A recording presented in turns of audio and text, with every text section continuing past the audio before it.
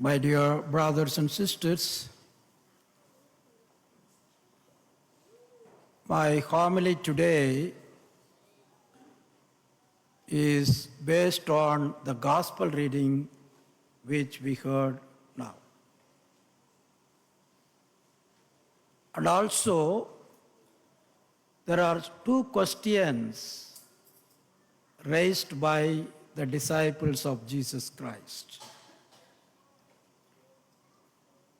The first question they raised, "Teacher, do you not care that we are perishing?"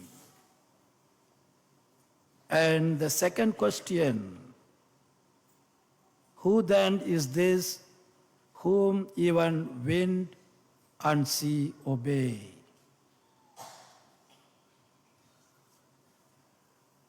The first question raised by the disciples of Jesus, "Do you not care that we are perishing?" Some of the disciples were fishermen. By all means, they would have known to swim. They had been there at the sea for many years. They had often suffered the fury and vehemence of nature. They had been greatly used to many storms and tempests at sea. But this storm seems to be too fierce and too ferocious. The disciples feared greatly.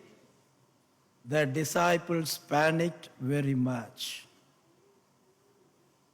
Even though they were working at the sea as a fisherman, they were so much scared of their life.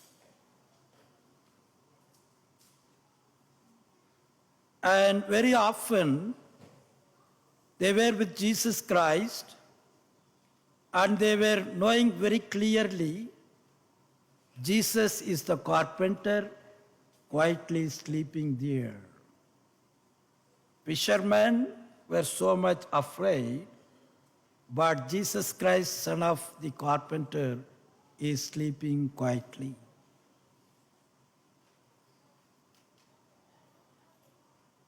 Jesus Christ said to his disciples, "Let us cross to the other side."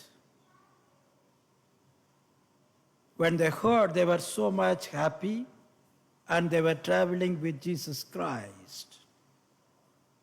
Even though disciples witnessed so many miracles from Jesus, when they saw the storms, they panicked.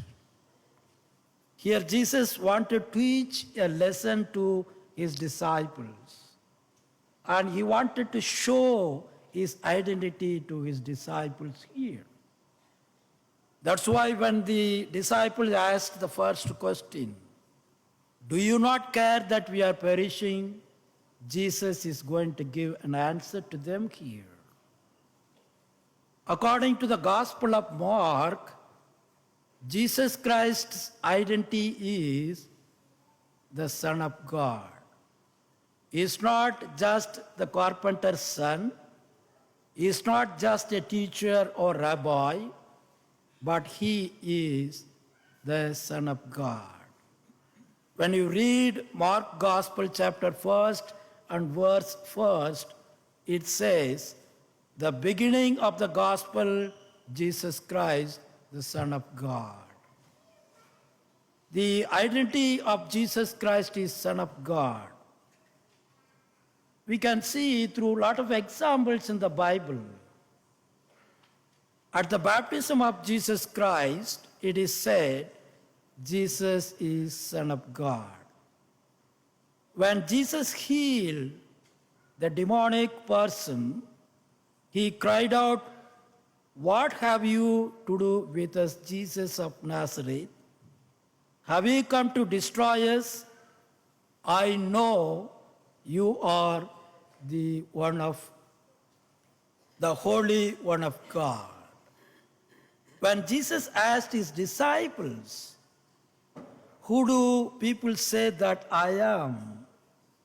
they said in reply, "John the Baptist, others Elijah, still others one of the prophets." And Jesus asked his disciples again, "But who do you say that I am?"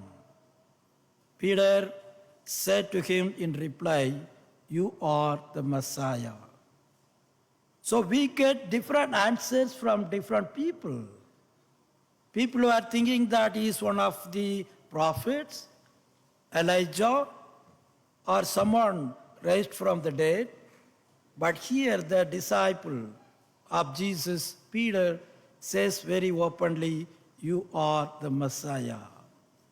So Jesus wanted to give here his identity as Son of God. And also we see during his public ministry, the whole aim of Jesus was to show to his disciples and to the people who he was.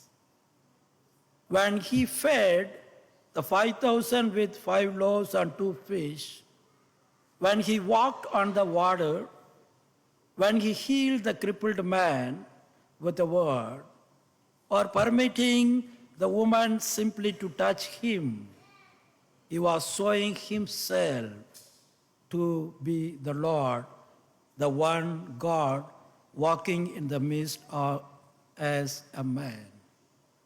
My brothers and sisters, here we notice very clearly, whatever miracles Jesus did among the people, he was explaining them clearly that he is from God, the second person of the Trinity, Son of God. My brothers and sisters, in today's gospel, Jesus Christ is revealing his identity as Son of God. After preaching to the crowd, he wanted to go away and take a little bit rest. That's why he told his disciples, "Let us cross to this river." But during his ministry, many people were thinking that Jesus Christ had come there to do some kind of miracles. And few other people had an idea of political Messiah who would free from Roman Empire. So Jesus wanted to explain these things to his apostles, to his disciples, and taking them away from the crowd, and explains that he is from God, the Son of God. As they are rowing through the lake, a storm suddenly came up. The disciples were all frightened and thought their boat was going to sink. Jesus, who was traveling with them, was fast asleep at the back of the boat. The disciples were desperate and they woke him up. "Master, do you not care? We are going to die. We are going down." Jesus got up and rebuked the wind and spoke the sea, "Quiet now, be calm," and all was quiet. They were thinking that, the disciples were thinking that he has come to remove the Roman Empire and to put his own rule there, and they all want to be with him. But here, Jesus has power over even the nature and proves himself that he is Son of God. So when Jesus calmed the storm, the disciples were stunned by the miracle of calming the storm. They said to one another, the other question comes here: who then is the whom even wind and sea obey? Jesus Christ is giving answer here, we can see very clearly. By this time, They personally knew who Jesus was and were aware of his divine power. As they were quite impressed by his power and controlling the natural elements. So, my brothers and sisters, this miracle, on the one hand, revealed the humanity or concern of Jesus, on the other hand, the divinity or the miracle of control over the storm. When Jesus was sleeping in the boat, the disciples witnessed how, humanly speaking, he was tired and exhausted. And when Jesus spoke to the sea and calmed the storm, that showed his divine power. My brothers and sisters, like the apostles of Jesus Christ, we people are also asking so many questions in our lives. When we are in the midst of storm, we raise so many questions. And we say, do you not care that we are perishing? Are you not worried about us? I am in trouble, where are you? So many questions we try to raise in our life. And secondly, when we get an answer for all our questions, when we are given some kind of miracle or some kind of healing power from Jesus Christ, then we raise the second question, who then is whom even wind and sea obey? My brothers and sisters, we all have the experience in our life when there had been storm and we all wondered if Jesus is sleeping. We all have ups and downs in our lives. We all have storms in our lives. When we trust in the saving power of Jesus Christ, we are all saved. We are all taken care of it every day.